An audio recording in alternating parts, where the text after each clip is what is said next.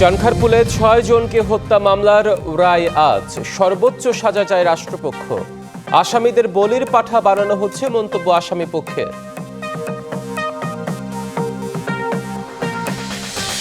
ত্রয়োদশ সংসদ নির্বাচনের প্রার্থিতা প্রত্যাহারের শেষ দিন আজ। আগামীকাল প্রতীক বরাদ্দ। বৃহস্পতিবার থেকে শুরু প্রচারণা।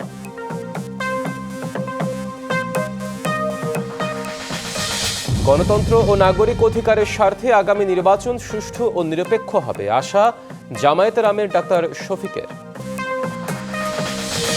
এবং গ্রিনল্যান্ড ইস্যুতে কোনো হুমকি ধমকিতে কাজ হবে না, হুঁশিয়ারি ট্রাম্পের। ইউরোপের ৮ দেশের ওপর আরোপ করা শুল্ক শতভাগ বাস্তবায়ন করা হবে। গণতন্ত্র ও নাগরিক অধিকারের স্বার্থে আগামী নির্বাচন সুষ্ঠু ও নিরপেক্ষ হবে বলে প্রত্যাশা ব্যক্ত করেছেন জামায়াতে ইসলামের আমির ডাক্তার শফিকুর রহমান। বলেন, ক্ষমতায় গেলে দলমত ধর্ম বর্ণ নির্বিশেষে সব নাগরিকের অধিকার প্রতিষ্ঠা করবে তার দল। সকালে রাজধানীর একটি হোটেলে পলিসি সামিটের সূচনা বক্তব্যে তিনি এসব কথা বলেন। গণতন্ত্র ও নাগরিক অধিকারের স্বার্থে আগামী নির্বাচন সুষ্ঠু ও নিরপেক্ষ হবে বলে প্রত্যাশা করছি। ক্ষমতায় গেলে দলমত ধর্ম বর্ণ নির্বিশেষে বাংলাদেশের সব নাগরিকদের অধিকার প্রতিষ্ঠা করবে জামায়াত ইসলামী।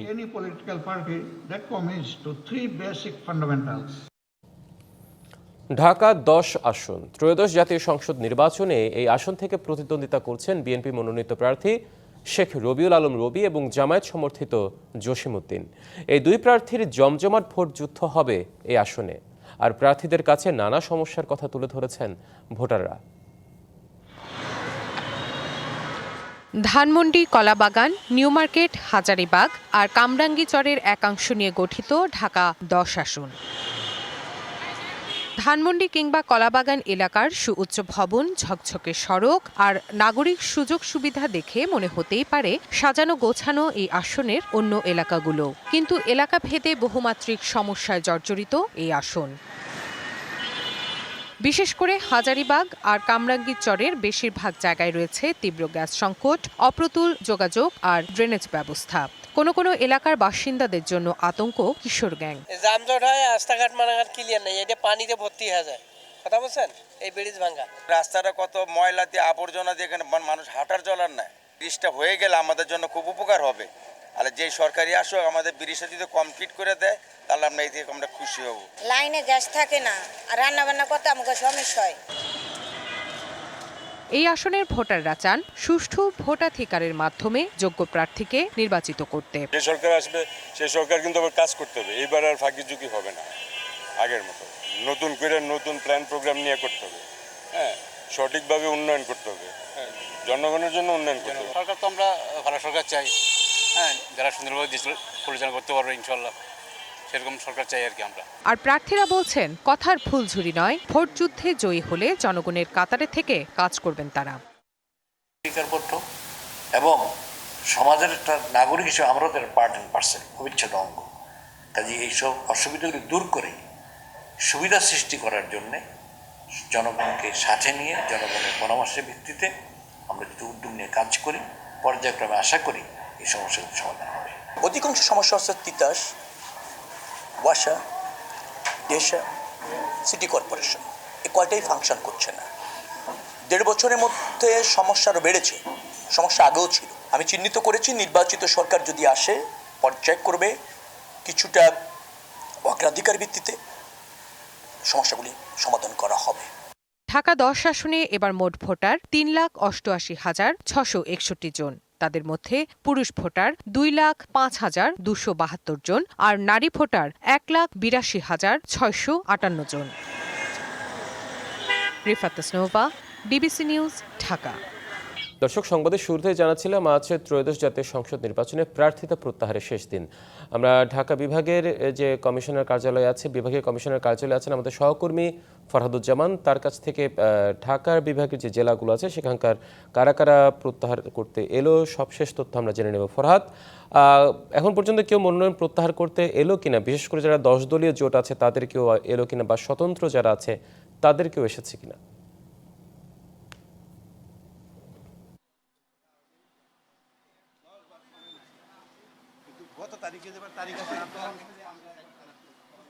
এবারে আপনি জানেন যে আজকে কিন্তু মনোনয়ন প্রত্যাহারের শেষ দিন এবং ঢাকার 13টি আসনের প্রার্থীরা এখান থেকে মনোনয়ন কিনেছিলেন এবং আজকে প্রার্থিতা প্রত্যাহারের শেষ দিন এবং এখানেই কিন্তু তারা প্রার্থিতা প্রত্যাহারের পত্র জমা দেবেন। কিন্তু আজকে কেউ আসেনি, গতকালকে একজন এসেছিলেন এবং তিনি পারিবারিক কারণে প্রার্থিতা প্রত্যাহারের জন্য আবেদন করেছেন। আমরা জানি 257 জন মনোনয়ন কিনেছিলেন, এর মধ্যে 257 জন কিনেছিলেন, এর মধ্যে 219 জনের প্রার্থিতা রয়েছে, বাকি 62 জনের প্রার্থিতা বাতিল হয়েছে। এখন পর্যন্ত এখানে কেউ আসেনি। ঢাকার মোট 13টি আসনের যা প্রার্থী এখান থেকে নমিনেশন কিনেছিলেন এবং তারা কিন্তু এখানে আজকে প্রার্থীরা শেষ দিন এবং আজকেই চূড়ান্ত হয়ে যাবে কতজন আসলে বৈধ যারা রয়েছেন তাদেরকে চূড়ান্ত করবে এবং আগামীকালকে তাদের প্রতীক বরাদ্দ হবে। এবং আরেকটা বিষয়, আজকে কিন্তু 10 দলের বা অন্য কোনো দলের প্রার্থীরাই কিন্তু আমরা এখন পর্যন্ত দেখিনি তারা এসেছেন এবং নির্বাচনের চূড়ান্ত প্রতিদ্বন্দ্বী প্রার্থী চূড়ান্ত হয়ে যাবে এবং কোনো দলের বিদ্রোহী স্বতন্ত্র প্রার্থী থাকলে আজই প্রার্থিতা প্রত্যাহারের শেষ সময় তাদের। এছাড়া জোট সংক্রান্ত কোনো জটিলতা থাকলে তাও নির্বাচনের আজকের পর কিন্তু আর সুযোগ থাকবে না, আমরা যতটুকু জানতে পেরেছি। এবং নাসিমা নামের একজন কিন্তু গতকালকে তিনি প্রার্থিতা প্রত্যাহারের পত্র জমা দিয়েছেন এবং এখন পর্যন্ত আজকে সকাল 11টা পর্যন্ত অন্য কোনো প্রার্থী প্রত্যাহারের জন্য এখানে আসেননি। তবে আশা করা যাচ্ছে হয়তো দুপুর গড়ালে বা একটু সময় বাড়লে হয়তো যারা রয়েছেন প্রার্থিতা প্রত্যাহার করবেন তারা হয়তো আসতে পারেন। হিমাদ্রি, এখন পর্যন্ত আমার কাছে এই ছিল সবশেষ তথ্য। ফরহাদ, ধন্যবাদ আপনাকে। কক্সবাজারের উখিয়ায় 16 নম্বর রোহিঙ্গা ক্যাম্পে পুড়েছে অ্যাস্ট্রয়েনের প্রায় 500 ঘর দোকান। গত রাত 3টার দিকে ক্যাম্পের D4 ব্লকে এই দুর্ঘটনা ঘটে। ফায়ার সার্ভিস জানায় ব্র্যাক পরিচালিত একটি শিক্ষণ কেন্দ্রে প্রথমে আগুন লাগে, মুহূর্তের মধ্যে তা পাশের শেডগুলোতে ছড়িয়ে পড়ে। খবর পেয়ে উখিয়া ফায়ার সার্ভিস ও সিভিল ডিফেন্সের 2টি ইউনিট ঘটনাস্থলে পৌঁছে আগুন নিয়ন্ত্রণের কাজ শুরু করে। স্বেচ্ছাসেবকরাও তাদের সাথে অংশ নেয়। প্রায় 2 ঘন্টার চেষ্টায় আগুন নিয়ন্ত্রণে আসে। তার আগেই পুরো ছাই হয় ক্যাম্পের 448টি শেল্টার, 2টি মসজিদ, 10টি স্কুল ও একটি মাদ্রাসা। তবে এ ঘটনায় এখনো হতাহতের কোনো তথ্য পাওয়া যায়নি।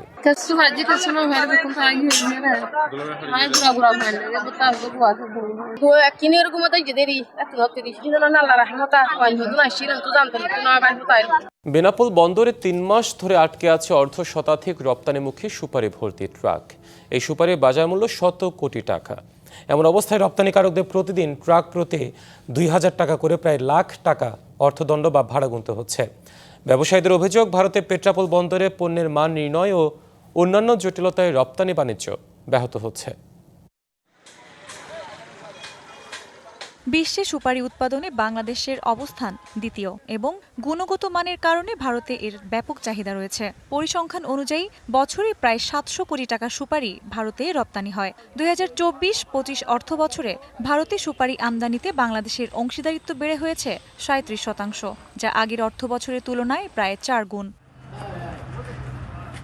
এমন রমরমা বাণিজ্যের মধ্যেই অর্ধশতাধিক সুপারি ট্রাক প্রায় 3 মাস ধরে বেনাপোল বন্দরে আটকে আছে। এতে পণ্য জোটের পাশাপাশি নানা সমস্যায় ট্রাক চালকরাও।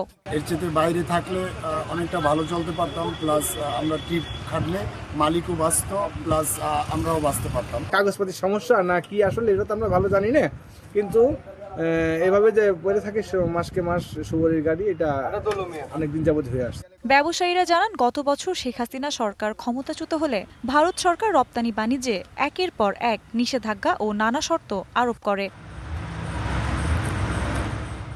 পরিস্থিতির ব্যাখ্যা করেন বেনাপোল স্থলবন্দর কর্তৃপক্ষ। বর্তমানে সুপারির কিছু গাড়ি রপ্তানির উদ্দেশ্যে আটকে রয়েছে। প্রায় 40টি গাড়ি রয়েছে 30 দিনের ঊর্ধ্বে। কাগজপত্র বিভিন্ন সমস্যা অথবা পরীক্ষায়নের কারণে সুপারির গাড়িগুলো আটকে থাকতে পারে আমাদের ধারণা। তবে রপ্তানিকারকেরা বলছেন, দ্রুত সরকারি হস্তক্ষেপ ছাড়া এই সংকট কাটানো সম্ভব নয়। আমাদের এক্সপোর্টারের ক্ষতি হচ্ছে। টেস্ট রিপোর্ট হয়ে আসতে একটু সময় লাগে। টেস্ট রিপোর্ট হয়ে আসার পরে ওই মাল ইন্ডিয়া থেকে যখন আবার উঠে যায়, গেলে ওরা আবার নতুন করে আমাদের সুপারি গাড়ি আবার নেয়। ত্রয়োদশ জাতীয় সংসদ নির্বাচনে প্রার্থিতা প্রত্যাহারের শেষ দিন আজ।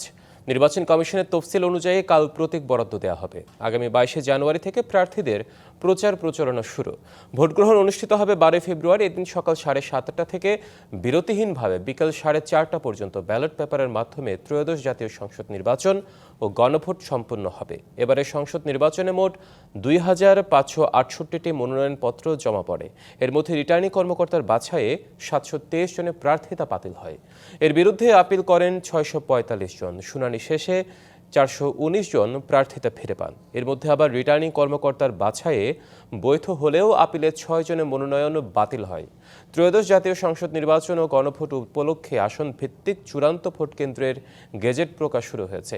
এবারই প্রথম সংসদ নির্বাচনের সঙ্গে গণভোট অনুষ্ঠিত হতে যাচ্ছে, পাশাপাশি যুক্ত হয়েছে পোস্টাল ব্যালট। ত্রয়োদশ সংসদ নির্বাচনের মনোনয়নপত্র প্রত্যাহারের শেষ দিন আজ, যেমনটি একটু আগে আমরা জানাচ্ছিলাম। এই মুহূর্তে খুলনা রিটার্নিং অফিসার কার্যালয়ের সামনে আছেন আমাদের সহকর্মী আমিরুল ইসলাম, তিনি আমাদের সাথে যুক্ত হচ্ছেন। আমিরুল, আজ তো প্রার্থিতা প্রত্যাহারের শেষ দিন। বিএনপির যারা বিদ্রোহী প্রার্থী আছে তাদেরও অনেকেই প্রত্যাহার করার কথা ছিল। কেমন দেখছেন, এখন পর্যন্ত কেউ মনোনয়ন প্রত্যাহার করেছে কিনা? হিমাদ্রি, সকাল থেকে আমি এখানে অবস্থান করছি এবং এখন পর্যন্ত কিন্তু দেখি নাই যে কোনো প্রার্থী যে মনোনয়ন প্রত্যাহার করতে এসেছেন বা প্রত্যাহার করেছেন। তবে সময় থাকছে। রিটার্নিং কর্মকর্তার কার্যালয় থেকে যেটা জানানো হয়েছে যে বিশেষ করে যে আজ মনোনয়ন প্রত্যাহারের শেষ দিন সেহেতু বিকাল 5টা পর্যন্ত এই মনোনয়ন প্রত্যাহার করা যাবে, যার কারণে সেই অপেক্ষায় আছেন যে কেউ প্রত্যাহার করেন কিনা বা করবেন কিনা। এবং খুলনা, আপনি জানেন যে খুলনার যে 6টি আসন রয়েছে, মহানগরী 2টি এবং জেলা 4টি আসন, এখানে মোট 40 জন প্রার্থীর মনোনয়ন বৈধ হয়েছেন এবং এখানটায় ছিল বিশেষ করে যে 36 জনকে রিটার্নিং কর্মকর্তা বৈধ ঘোষণা করেছিলেন। বাকি যে 4 জন তারা কিন্তু আপিলের মাধ্যমে কিন্তু বৈধতা নিয়ে এসেছেন, যার কারণে খুলনার যে 6টি আসন রয়েছে, 6টি আসনের মধ্যে খুলনা 1 আসনে বলা যায় সর্বাধিক প্রার্থী রয়েছে। এখানটায় 11 জন প্রার্থী মনোনয়নপত্র বৈধ হয়েছে। খুলনা 2 আসনটি এটা মর্যাদাপূর্ণ আসন এবং এই আসনে বলা যায় 4 জন মনোনয়ন বৈধ হয়েছে, 4 জন প্রার্থী রয়েছেন। এবং খুলনা যে 3 আসনটি এখানটায় 11 জন প্রার্থী এবং খুলনা যে 4 আসন এখানে 4 জন, খুলনা 5-এ 5 জন থাকলেও খুলনা যে 6 আসন 6-এ রয়েছেন 4 জন প্রার্থী, যার কারণে যে এখানটায় একটা বিষয় যে বিএনপির যে বিদ্রোহী প্রার্থী কিন্তু এখানটা ওইভাবে পরিলক্ষিত হয় নাই বা কেউ নাই বললেই চলে। কারণ যারাই বিএনপি প্রার্থী হয়েছে তারা কিন্তু বলা যায় যে দলের যে সিদ্ধান্ত ছিল সেই সিদ্ধান্ত মেনেই তারা কিন্তু এখানে প্রার্থী হয়েছেন। এখন থাকছেন যে জোটের যে বিষয়টি থাকছেন যে 10 দলীয় জোট, সেখানটা একটা আসন ছাড়াছাড়ি বা সমঝোতার একটা বিষয় রয়ে যাচ্ছে। সেখানটায় কিন্তু যে সমঝোতা হতে পারে বা সেখানটায় মনোনয়ন প্রত্যাহার হতে পারে এবং এছাড়া স্বতন্ত্র প্রার্থী যারা রয়েছেন তারাও কিন্তু কেউ কেউ হয়তো বা মনোনয়ন প্রত্যাহার করতে পারেন। এর কারণে সবচেয়ে গুরুত্ব যে বিষয়টি থাকছেন বিশেষ করে যে 10 দলীয় যে জোট রয়েছে সে দলের যে সমঝোতার যে বিষয়টা, সে বিষয়টাই কিন্তু কিছুক্ষণের মধ্যে বা আজকে কিন্তু সেই সিদ্ধান্ত আসবে এবং কতজন প্রার্থী, 40 জন প্রার্থীর মধ্যে কেউ মনোনয়ন প্রত্যাহার করেন কিনা সেজন্য অপেক্ষা করতে হবে বিকাল 5টা পর্যন্ত। এটাই ছিল শেষ অবস্থা, সর্বশেষ অবস্থা। হিমাদ্রি। আমিরুল, ধন্যবাদ আপনাকে। দর্শক, সংবাদের শুরুতেই জানাচ্ছিলাম আজ ত্রয়োদশ জাতীয় সংসদ নির্বাচনে প্রার্থিতা প্রত্যাহারের শেষ দিন। আমরা ঢাকা বিভাগের যে কমিশনার কার্যালয় আছে, বিভাগীয় কমিশনার কার্যালয়ে আছেন আমাদের সহকর্মী ফরহাদুজ্জামান, তার কাছ থেকে ঢাকার বিভাগের যে জেলাগুলো আছে সেখানকার কারা কারা প্রত্যাহার করতে এলো সবশেষ তথ্য আমরা জেনে নেব। ফরহাদ, এখন পর্যন্ত কেউ মনোনয়ন প্রত্যাহার করতে এলো কিনা, বিশেষ করে যারা 10 দলীয় জোট আছে তাদের কেউ এলো কিনা বা স্বতন্ত্র যারা আছে তাদের কেউ এসেছে কিনা?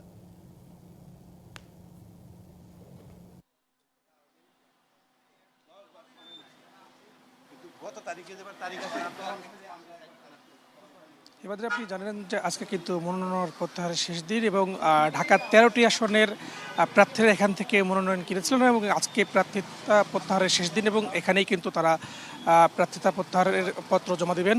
কিন্তু আজকে কেউ আসেনি। গতকালকে একজন এসেছিলেন এবং তিনি পারিবারিক কারণে প্রার্থিতা প্রত্যাহারের জন্য আবেদন করেছেন। আমরা জানি 257 জন মনোনয়ন কিনেছিলেন, এর মধ্যে 257 জন কিনেছিলেন, এর মধ্যে 219 জনের প্রার্থিতা রয়েছে, বাকি 62 জনের প্রার্থিতা বাতিল হয়েছে। এখন পর্যন্ত এখানে কেউ আসেনি। ঢাকার মোট 13টি আসনের যা প্রার্থী এখান থেকে নমিনেশন কিনেছিলেন এবং তারা কিন্তু এখানে আজকে প্রার্থীরা শেষ দিন এবং আজকেই চূড়ান্ত হয়ে যাবে কতজন আসলে বৈধ যারা রয়েছেন তাদের কে চূড়ান্ত করবে এবং আগামীকালকে তাদের প্রতীক বরাদ্দ হবে। এবং আরেকটা বিষয়, আজকে কিন্তু 10 দলের বা অন্য কোনো দলের প্রার্থীরাই কিন্তু আমরা এখন পর্যন্ত দেখিনি তারা এসেছেন, এবং নির্বাচনের চূড়ান্ত প্রতিদ্বন্দ্বী প্রার্থী চূড়ান্ত হয়ে যাবে। এবং কোনো দলের বিদ্রোহী স্বতন্ত্র প্রার্থী থাকলে আজই প্রার্থিতা প্রত্যাহারের শেষ সময় তাদের। এছাড়া জোট সংক্রান্ত কোনো জটিলতা থাকলে তাও নির্বাচনের আজকের পর কিন্তু আর সুযোগ থাকবে না, আমরা যতটুকু জানতে পেরেছি। এবং নাসিমা